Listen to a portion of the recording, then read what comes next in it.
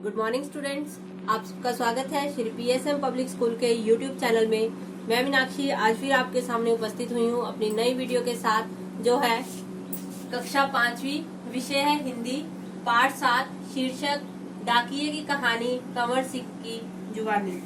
तो प्यारे बच्चों, ये जो हमने पाठ 7 जो है वो शुरू किया था, जिसमें कि कंवर सिंह की जुबानी जो है, हम उनकी ही कहानी जो है कि वो एक डाकिया है और उनकी कहानी जो है वो सुन रहे हैं। इसमें प्रतिमा शर्मा जी उनसे कुछ क्वेश्चन पूछती हैं, उनकी फैमिली के बारे में पूछती हैं और उनसे पूछती हैं कि वो इस काम से खुश है कि नहीं, कि वो डाकिया है या कुछ है, तो वो कहाँ कहाँ जाते हैं चिट्ठियां पहुंचाने और क्या क्या साथ में लेके जाते हैं। ऐसी सारी जो बातचीत उनमें चल रही थी। अब आगे है, प्रतिमा शर्मा जी आगे उनसे पूछती हैं, आप क्या शुरू से ही इसी डाकघर में काम कर रहे हैं?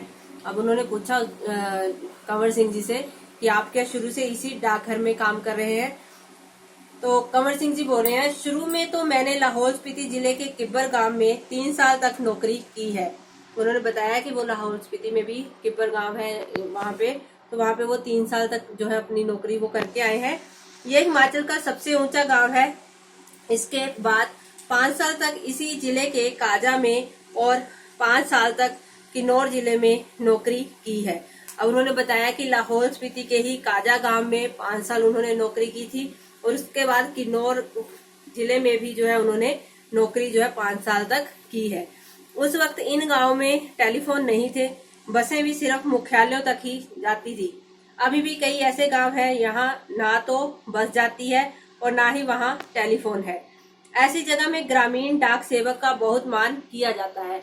उन्होंने बताया कि लाहौल और किन्नौर में अभी भी कई जगह ऐसी हैं, ऐसे गांव हैं जहाँ पे जो है बसें जो है वो सिर्फ मुख्यालयों तक जाती है और टेलीफोन की वहाँ पे जो है सेवा जो अभी उपलब्ध नहीं है, टेलीफोन वहाँ पे नहीं है। और जो है वहाँ पे जो है जो डाक सेवक है, जो चिट्ठियां पहुंचाने का काम करते हैं, हमारा डाकिया जो होता है, उसकी जो है वहाँ पे बहुत जो है सेवा भाव से और बड़े सम्मान से जो है उनको देखा जाता है और उन्हें बड़ा मान जो है वो दिया जाता है। आप पहाड़ी इलाके में रहते हैं, जाहिर है डाक पहुंचाना आसान काम तो नहीं होगा।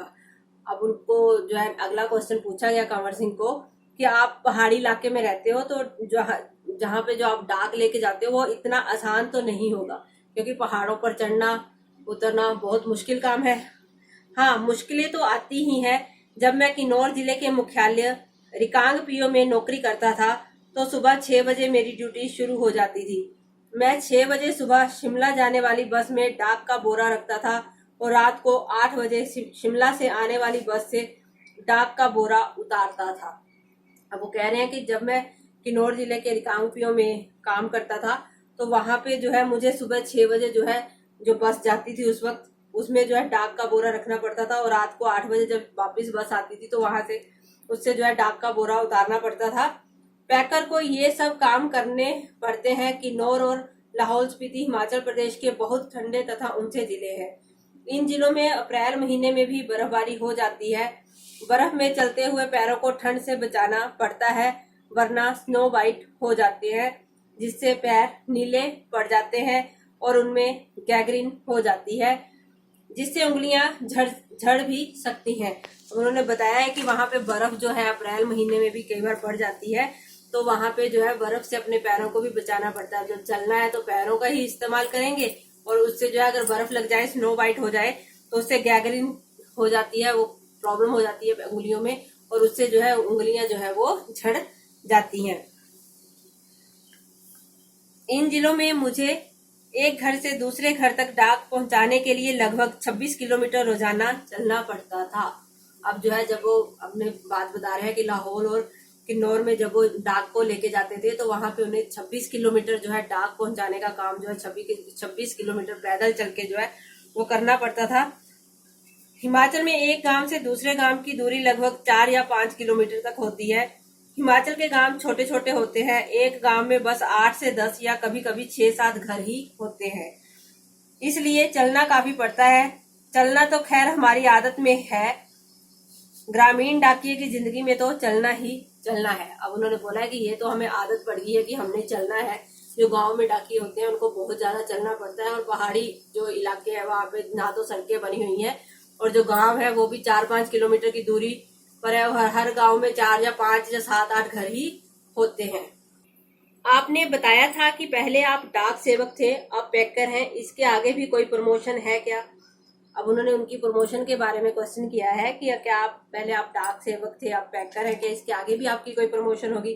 पैकर के बाद डाकिया बन सकते हैं, बस एक इम्तिहान पास करना पड़ता है। अभी तो काम के हिसाब से हमारा वेतन काफी कम रहता है।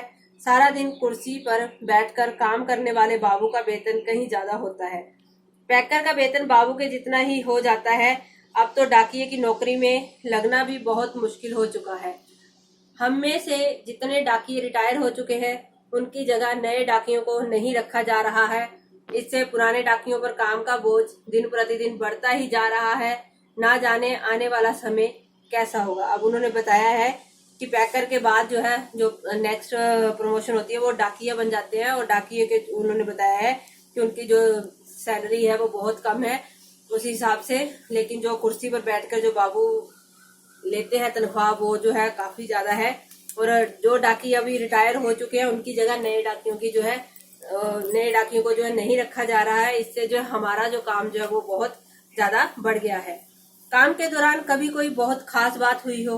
अब उनसे क्वेश्चन उन्होंने पूछा है कि काम करते वक्त अगर कोई खास बात हुई है तो आप वो भी हमारे साथ शेयर कीजिए। ऐसे वो कह रही हैं, एक घटना आपको सुनाता हूँ। मेरा तबादला शिमला के जनरल पोस्ट ऑफिस में हो गया था। वहां मुझे रात के समय रेस्ट हाउस और पोस्ट ऑफिस चौकीदारी का काम दिया गया था। अब जो है उन्होंने बताया कि मेरा जो तबादला जब हुआ था तो वहां पे जो है, मैं पोस्ट ऑफिस में जब आया हूँ, जनरल पोस्ट ऑफिस शिमला के, तो वहां मुझे रात को रेस्ट हाउस और पोस्ट ऑफिस की चौकीदारी का काम जो है वो भी दिया गया। यह 1998 की बात है। 29 जनवरी को रात लगभग 10:30 बजे का समय था। बाहर से किसी ने पोस्ट ऑफिस का दरवाजा खटखटाया। अब जो है 1998 यानी कि 1998 की बात वो कर रहे हैं कि 29 जनवरी का दिन था। तो रात को कोई 10:30 बजे के करीब जो पोस्ट ऑफिस का दरवाजा जो है खटखटाता है। तो मैंने पूछा, कौन है? जवाब आया, दरवाजा खोलो, तुमसे बात करनी है। मैंने दरवाजा खोला तो अचानक 5-6 लोग अंदर घुसे और मुझे पीटना शुरू कर दिया। अब जो है वहां पे जो है 5-6 लोग जो है वो आ गए पोस्ट ऑफिस में। जैसे ही उन्होंने दरवाजा खोला और उन्हें जो है पीटना जो है उन्होंने शुरू कर दिया। मैंने पूछा, क्यों पीट रहे हो? तो उन्होंने कोई जवाब नहीं दिया। सारे ऑफिस की लाइटें बंद कर दी। इससे पहले कि मैं कुछ समझ पाता, मेरे सिर पर किसी भारी चीज से कई बार किया गया, जिससे मेरा सिर फट गया। अब जो है उन्हें किसी भारी चीज से इतना ज्यादा मारा गया जो उनके सर पे जो है काफी चोट आई। मैं लगातार चिल्लाता रहा। उसके बाद मैं बेहोश हो गया और मुझे कुछ भी पता ना चला। अगले दिन जब मुझे होश आया तो मैं शिमला के इंदिरा गांधी मेडिकल कॉलेज के अस्पताल में दाखिल था। जो है उन्हें इतना ज्यादा मारा गया कि उन्हें फिर हॉस्पिटल जो है दाखिल करवाना पड़ा। सिर में भयंकर दर्द हो रहा था। उन दिनों मेरा 17 साल का बेटा मेरे साथ ही रहता था। उसी से पता चला कि मेरे चिल्लाने की आवाज सुनकर लड़का और ऑफिस के दूसरे लोग जो नजदीक ही रहते थे, दरवाजों के शीशे तोड़कर अंदर आए और मुझे अस्पताल पहुंचाया। मेरे सिर पर कई टांके लगे थे। उसकी वजह से आज भी मेरी एक आंख से दिखाई नहीं देता है। अब ऐसे है, उनकी जो आंख है, जो सर पे चोट लगने की वजह से उनकी एक आंख की रोशनी जो है वो चली गई थी। सरकार ने मुझे जान पर खेलकर डाक की चीजें बचाने के लिए वेस्ट पोस्टमैन का इनाम दिया। ये इनाम 2004 में मिला।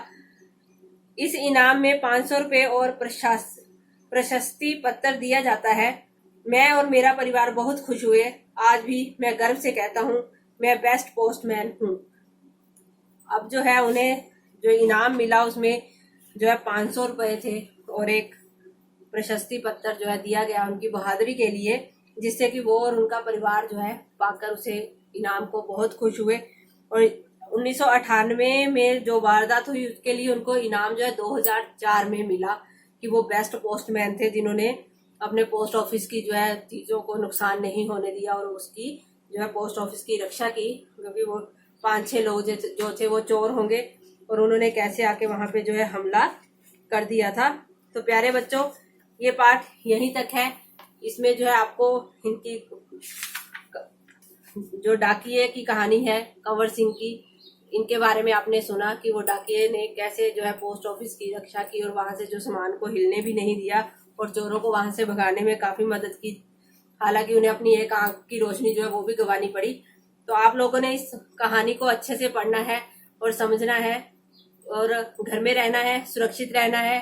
और मेरे व्हाट्सएप नंबर पर जो मैंने आपको पिछले लेसन के क्वेश्चन आंसर जो करवाए हुए हैं, प्लीज उसे सेंड भी जरूर करें ताकि मैं आपकी कॉपी को व्हाट्सएप पर ही चेक कर पाऊँ। Thank you, have a nice day.